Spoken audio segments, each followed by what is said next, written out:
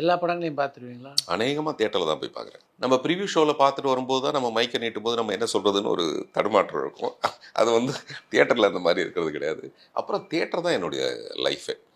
நான் வந்து என்னைக்காவது ஒரு நாளைக்கு வீடு கட்டினா அதில் ஹோம் தியேட்டர் வைக்காமல் தியேட்டர் ஹோம் தான் அதோட பிளானே. ஒரு பெரிய தியேட்டர் அதுக்குள்ளே நான் இருக்கணும், அந்த மாதிரியான ஒரு ஆசை வச்சுருக்கேன். சமீபத்தில் தமிழ் சினிமாவை மிகவும் பாதித்த படம் தோல்வின்னு பார்த்தீங்கன்னா, ஒரு பக்கம் இந்தியன் 2, இன்னொரு பக்கம் கங்குவா, அதே மாதிரி இன்னொரு மிகப்பெரிய படம் கேம் சேஞ்சர். இந்த தோல்வியெல்லாம் எப்படி நீங்கள் பார்க்குறீங்க?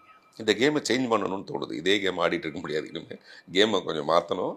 இப்போ நீங்கள் சொன்னது தோல்வி படங்களுக்கான காரணங்கள். என்னுடைய படம் தோல்வி அடைஞ்சதுக்கே எனக்கு காரணம் கண்டுபிடிக்க முடியல. டீம்ஸ்லாம் பார்த்தேன்னா எனக்கு தெரியல என்னத்துக்காக இந்த தோல்வி வந்ததுன்னு தெரியாதப்போ, நான் சம்மந்தப்படாத ஒரு படத்தோட தோல்வியை வந்து அதை ஆராய வேண்டியது அந்தந்த படத்தோட இயக்குனர். சமீபத்தில் சங்கர் கூட கேம் சேஞ்சரை பற்றி சொல்லியிருக்காரு. அது வந்து கிட்டத்தட்ட ஒரு 5 மணி நேர படம் ஆகிடுச்சு. அதை சுருக்கும்போது அதோட எசன்ஸ் மிஸ் ஆகிடுச்சு. ஆனால் கேம் சேஞ்சரோ அந்த மாதிரியான மிகப்பெரிய படங்களோட தோல்விங்கிறது டெஃபினட்டாக இண்டஸ்ட்ரி அப்படியே ஒரு அசைக்கிற ஒரு விஷயம். இப்போ என்னுடைய படங்களோட தோல்விங்கிறது என்னை மட்டுமே பாதிக்கிற விஷயமா இருக்குது.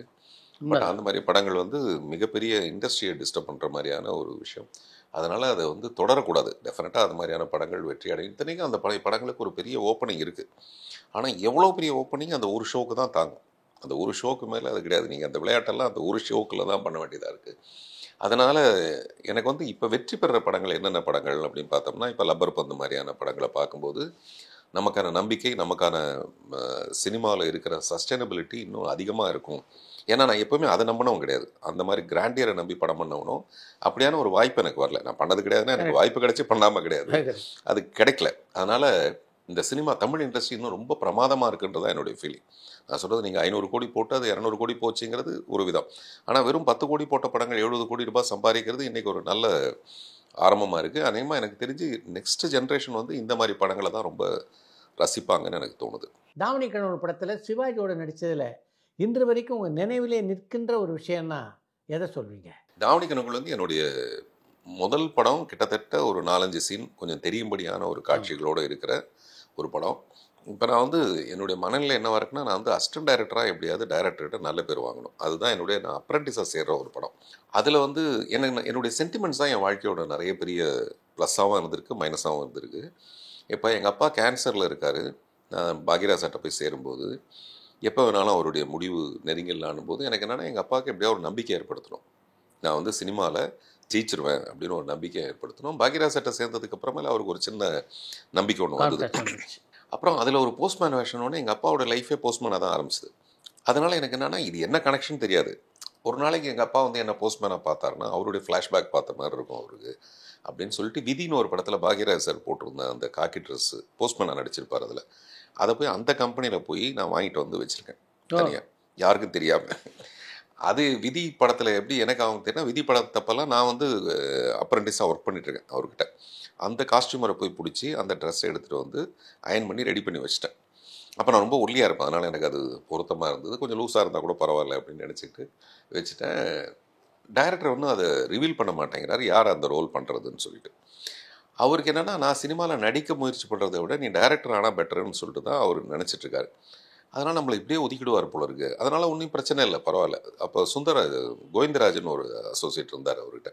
அவர் அந்த ரோலை பண்ணணும்னு அவர் குறி வச்சிட்ருக்காரு.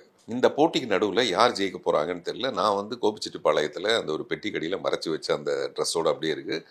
ஒரு நாளைக்கு மத்தியானம் திடீர்னு டைரக்டர் வந்து கோவிந்தராஜுக்கிட்ட போய், அவருடைய டெக்னிக் எப்போவுமே ஸ்க்ரீன் பிளேயில் அதுவும் பண்ணுவார், போய் மூர்த்தியை போய் இந்த ட்ரெஸ்ஸை போட்டு வர சொல்லிட்டார்.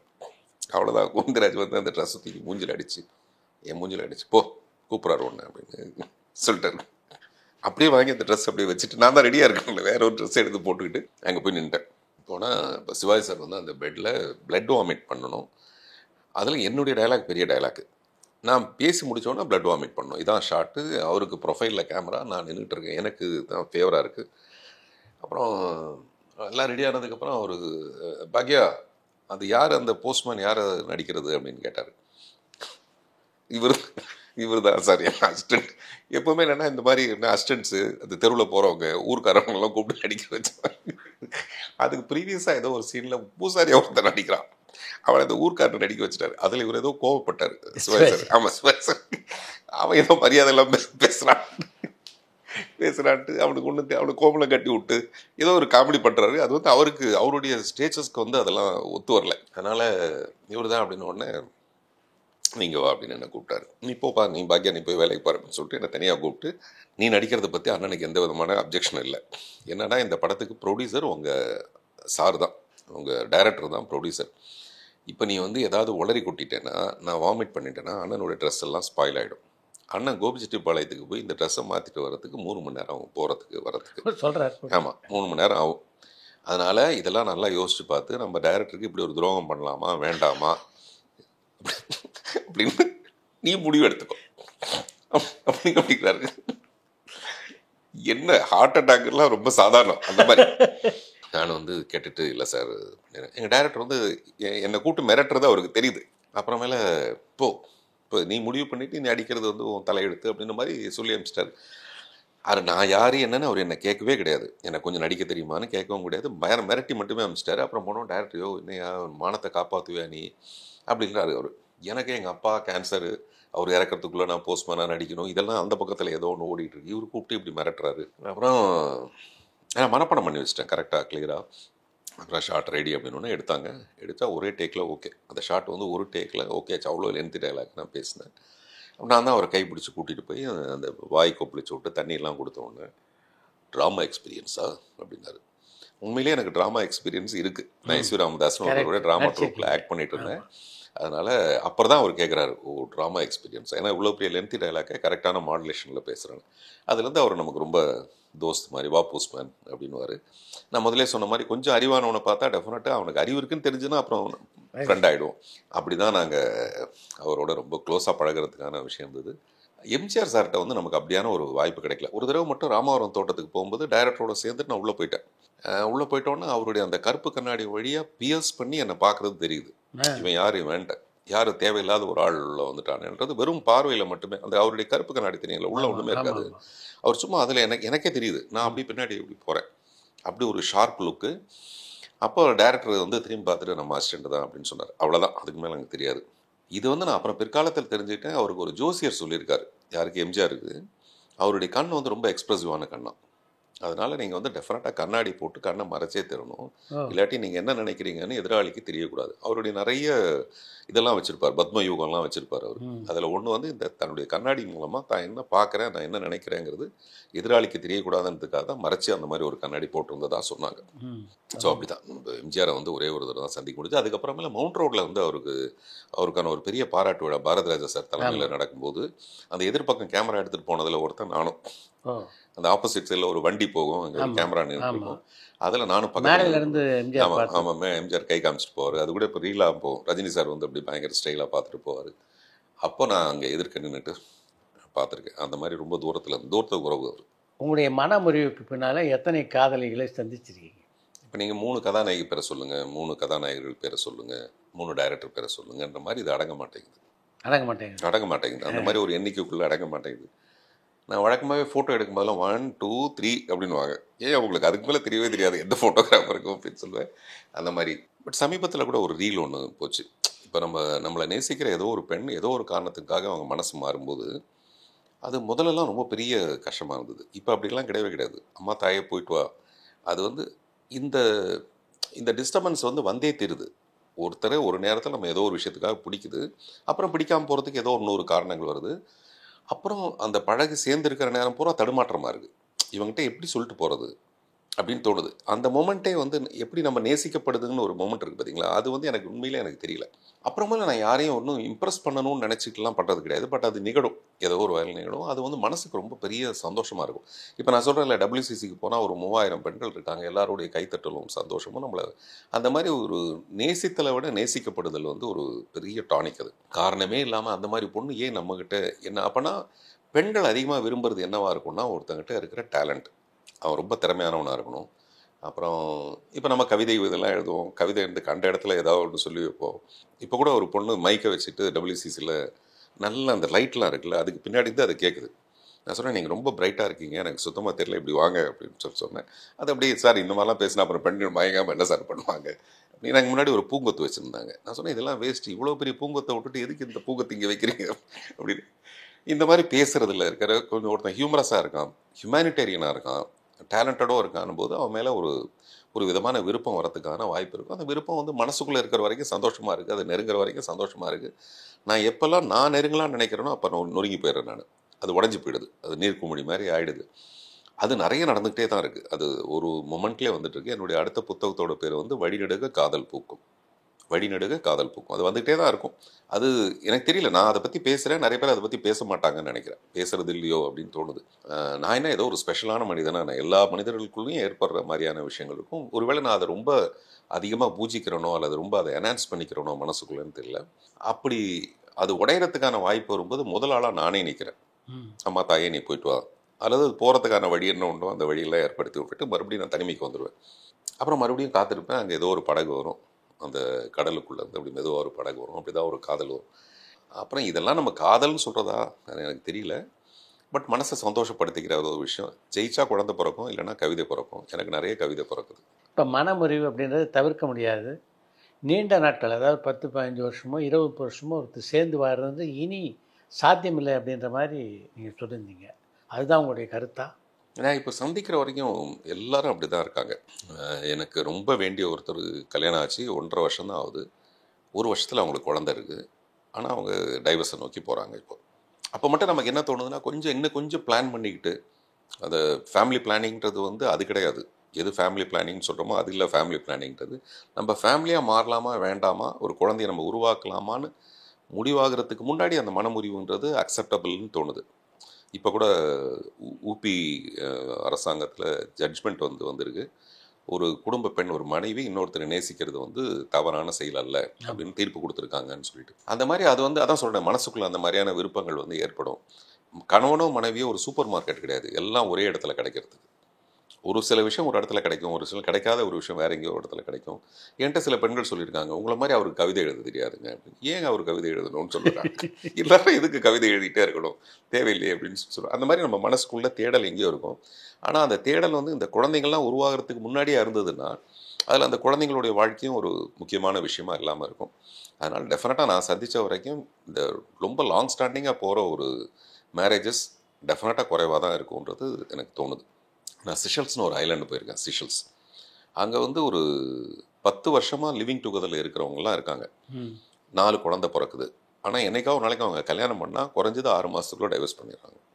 10 வருஷமாக ஒன்றா இருந்து 4 குழந்தைய பெற்றவங்க கூட அந்த கல்யாணம்னு ஒரு கமிட்மெண்ட்டுக்குள்ளே வந்ததுக்கப்புறம் அவங்களுக்கு டைவர்ஸ் ஆகிடுது அப்படின்னு அந்த அந்த கண்ட்ரியில் இருக்க அநேகமான 95% அப்படி தான் நடக்குது அப்படின்னு சொல்கிறாங்க. அதனால் கமிட்மெண்ட் இல்லாத ஒரு உறவை தான் இப்போ எல்லாரும் நேசிக்கிறாங்களோன்னு தோணுது. கமிட்மெண்ட்டுன்றது ஒரு விதமான இறுக்கத்தை ஏற்படுத்துறது. உனக்காக நான், எனக்காக நான், நாளை காலையில் நான் உனக்கு பதில் சொல்லி ஆகணுன்றது வந்து யாருக்குமே அது பிடித்தம் இல்லாத ஒரு விஷயமா இருக்குது. அப்புறம் பெண்கள் நிறைய படிச்சிருக்காங்க, நிறைய சம்பாதிக்கிறாங்க, நிறைய வேலைக்கு போகிறாங்கன்னு போது அவங்க ஃப்ரீடம் தான் ரொம்ப முக்கியமான ஒரு விஷயம்னு எனக்கு தோணுது. அதனால் இதில் ஒன்றும் லாஜிக் கிடையாது. இன்றைக்கி கூட நான் பேசும்போது சொன்னேன், இந்த லைஃப்பில் லாஜிக்கே கிடையாது, சரி தப்பெல்லாம் ஒன்றும் கிடையவே கிடையாது. இது பிடிச்சிருக்கு, பிடிக்கல, எது சரின்னு தோணுச்சோ அதுதான் ஒரு நாளைக்கு நமக்கு சரியில்லாமல் போகுது. இந்த சரியில்லாமல் போனது எல்லாமே ஒரு நாளைக்கு சரியாக இருந்தது மட்டும்தான். அதனால் ரெண்டும் ஒரே இடத்துல மட்டும்தான் இருக்குது. அதனால் உங்கள் மனசுக்கு நம்ம யாரும், நான் அப்படி தான் பார்க்குறேன், நான் யாரையும் ஹர்ட் பண்ணாமல் எப்படி நான் சந்தோஷமாக இருக்கிறது, ஈவன் தான் நான் தனிமையில் இருக்கும்போது கூட. இப்போ உங்களுடைய மனமுறிவு நடந்தபோது உங்கள் பிள்ளைகள்லாம் சின்ன பிள்ளைங்க, அதுக்கப்புறம் இப்போ பார்த்தீங்கன்னா அவங்க எல்லாருமே குரோனப். எப்போவாவது ஒரு தினம் அவங்களுடைய திருமண மனமுறிவை பற்றி டிஸ்கஸ் பண்ணியிருக்கீங்களா? எனக்கு கீர்த்தனாவை பார்த்தா கொஞ்சம் பயம். நான் இதெல்லாம் பேசினது கிடையாது. பேசினா அவங்க என்ன சொல்லுவாங்கன்னு தெரியாதுன்றதுக்காக. அபி வந்து எனக்கு ரொம்ப க்ளோஸு, அதனால் அவங்க எனக்கு ரொம்ப சப்போர்ட்டிவாகவே இருப்பாங்க. என் சன்னுக்கிட்டே நான் அந்த மாதிரி தான். அவர் என்கிட்ட ஒரு பெரிய டிஸ்டன்ஸ் வச்சுருப்பார். நாங்கள் யாருமே எப்போவுமே இந்த மனமுறிவை பற்றி பேசிக்கிட்டதுக்கான ஒரு வாய்ப்பே இருந்தது கிடையாது. இப்போ 3 பேருக்கும் அம்மாவை பிடிக்கும், 3 பேருக்கும் அப்பாவை பிடிக்கும். எங்கெல்லாம் நாங்கள் கலந்துக்கணுமோ அங்கெல்லாம் போய் அவங்களும் கலந்துக்கிறாங்க. இப்போ நான் என்றைக்குமே பொதுவாக இந்த மாதிரியான மனமுறிவுக்கு அப்புறமேல அந்த அப்பனோ அம்மாவோ என்ன பண்ணுவாங்கன்னா, அப்பன் கெட்டவன் சொல்லி வைப்பாங்க, இல்லாட்டி அம்மா கெட்டவன் சொல்லி முதல்ல அதை உடைக்க பார்ப்பாங்கல்ல. அதை நாங்கள் 2 பேருமே பண்ணல. ஸோ அதனால் குழந்தைங்க வந்து நினச்சா அங்கே போகலாம் இங்கே போகலாங்கிற மாதிரி ஒரு விஷயம் இருக்குது. அப்புறம் இப்போ அவங்க பார்க்கும்போது இப்போ அவங்க வாழ்க்கையை பார்க்குறாங்கல்ல, அப்போ தெரியுது டெஃபினட்டாக இந்த மனமுறிவு நியாயம்தான். இப்போ நம்ம சேர்ந்துருக்கிறது 3 வருஷம் சேர்ந்துருக்கிறதே பெரிய கஷ்டமாக இருக்கும்போது, நாங்கள் 2 பேரும் கிட்டத்தட்ட 12 வருஷம் சேர்ந்துருந்துருக்கோம். அதுக்குள்ளே இருக்கிற நிறைய விஷயங்கள்லாம் தாண்டி கூட இருந்திருக்கும்.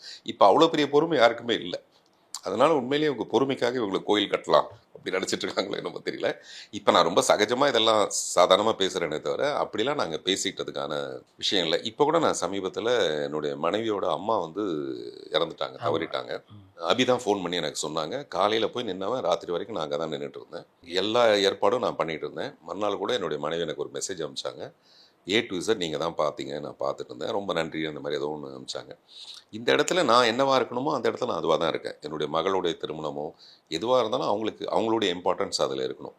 இன்றைக்கி எங்கள் 2 பேருக்கும் மனசு வருத்தங்கிறத தவிர அதுக்கு பின்னாடி இருந்த மரியாதையெல்லாம் அந்த மரியாதை அப்படியே தான் இருக்குது, அந்த அன்பு அப்படியே தான் இருக்குது, அதில் எந்த மாற்றமும் இல்லை. அதனால தான் இப்போ நீங்கள் சொல்கிற மாதிரி இந்த காதல் இதெல்லாம் சொன்னால் இதெல்லாம் கன்றாவி என்னமோ வந்துகிட்டே இருக்கும், போயிட்டுருக்குமே தவிர அந்த மனைவிங்கிற அந்தஸ்து அவங்கள தவிர வேறு யாருக்கும் நான் இது வரைக்கும் கொடுக்கல. உங்களை பொறுத்த வரைக்கும் சீதாவை பற்றி நம்முடைய நேர்காணலில் நீங்கள் குறிப்பிட்ட போது கூட இந்த காதல் தோற்றத்துக்கு கூட காரணம் காதல் தான் அப்படின்னு தான் குறிப்பிட்டிருந்தீங்க. ஆனால் அதுக்கப்புறம் நீங்கள் கொடுத்த ஒரு பேட்டிகளில் இந்த காதல் முறிந்ததற்கு சீதாவுக்கு வந்து மனதில் வந்து வேறொருத்தர் இடம் பிடிச்சது காரணன்ற மாதிரி ஒரு கருத்து வெளிவந்தது காரணமாக அவங்க பாதிக்கப்பட்டதாக பல பத்திரிகைகள் சொல்லியிருந்தாங்க. அது வந்து என்னன்னாங்க, சொர்ணமுகியை பற்றி நான் பேசினேன். நான் பேசின சொர்ணமுகியும் இதையும் கனெக்ட் பண்ணி தப்பாக பேசிட்டாங்க. ஏன்னா அவங்கள பற்றி நான் எங்கேயுமே தவறாக ஒரு வார்த்தை கூட பேசக்கூடாதுன்னு தீர்மானமாக இருந்திருக்கேன். இது வந்து சொர்ணமுகியில் நான் சொல்ல வந்தது என்னன்னா, என்னை காதலிச்ச ஒரு பெண்ணோட மனசில் வேற ஒருத்தன் வந்துட்டான். பிரகாஷ் ராஜோட கேரக்டர் வந்துட்டான்னு எனக்கு தெரிஞ்சதுக்கப்புறம் இப்போ நான் செஞ்சுட்டு போகிறது என்ன இருக்குன்னா, என்றைக்குமே அவன் மனசுக்குள்ளே நான் இருக்கக்கூடாது. அப்போ நான் என்ன பண்ணலாம், நான் வில்லனா நடிக்க ஆரம்பிச்சிட்டேன்னு சொன்ன விஷயத்த இதையும் அதையும் கிளப் பண்ணி ரெண்டையும் ஒன்றாக்கிட்டாங்க. அதுதான் அவங்கள கோவப்படுத்தின விஷயமா இருந்ததே தவிர அவங்கள அந்த மாதிரி ஒரு விஷயத்துக்குள்ளே நான் சொல்லணும்னு இல்லை. அது அது அது அது மாதிரி இது வரைக்கும் ஒரு தடவை கூட நான் பேசினது கிடையாது. நான் அங்கேருந்து விலகி வந்ததுக்கு அப்புறமேல எல்லாருக்கும் ஒரு வாழ்க்கை இருக்குது. அந்த வாழ்க்கைக்குள்ளே அவங்க என்னவா இருக்காங்கன்றதை பற்றி எனக்கு அது கவலையும் கிடையாது, அதை பற்றி கமெண்ட்டும் எனக்கு கிடையாது. அதை இந்த பேட்டியின் மூலமாக மறுபடியும் ஒரு தடவை நான் அதை உறுதியாக சொல்ல விரும்புகிறேன். விஜய் அரசியலுக்கு வர்றதை பற்றி பாசிட்டிவாக பல பேட்டிகள்கிட்ட நீங்கள் பேசியிருக்கீங்க. மிஸ்டர் விஜய் வந்து அவரை வாழ்த்துற நான், அவர் என்னைக்கு அவருடைய கட்சி கூப்பிட்டாலும் நான் போக மாட்டேன். அவரால் நான் எந்த ஃபேவரையும் இது வரைக்கும் அனுபவிச்சதும் கிடையாது, இனிமேல் அனுபவிக்க போகிறது கிடையாது. ஏன்னா அந்த படம் கடைசி படம். இன்றைய சினிமாவுடைய சூழல் வந்து எப்படி இருக்கு? எனக்கு வந்து இந்த மாதிரி ட்ராக்ல இந்த சினிமா போச்சுன்னா அதில் நமக்கும் ஒரு வாய்ப்பு இருக்குது அப்படின்னு தெரியும். இப்போ கேம் சேஞ்சரும் ஓடிடுது, இதுவும் ஓடிடுது, அந்த படம் ஓடிடுது, எல்லா படம் இந்த படம் ஓடிடுதுன்னு வச்சுங்களேன். அப்போ எனக்கு ஒரு பயம் வந்துடும். பார்த்திபன் ஒபீடியன்ட்டான நடிகரா? அது பிகினிங்கில் எனக்கு கொஞ்சம் குறைவாக இருந்தது. இப்போ நான் நடிக்க ஆரம்பிச்சிட்டேன் ஸ்க்ரீனுக்கு இந்த பக்கமும். அதனால் நான் ரொம்ப ஒபீடியன்ட்டான நடிகரா போனால் அவங்க சொல்லிக் கொடுத்ததை செஞ்சுட்டு வர அளவுக்கு. பரபரப்பான சினிமா செய்திகள், நட்சத்திரங்களின் பேட்டிகள், சினிமா வரலாறு ஆகியவற்றை பார்க்கவும் படிக்கவும் உங்களுக்கான இணையதளம் tourantalkies.co.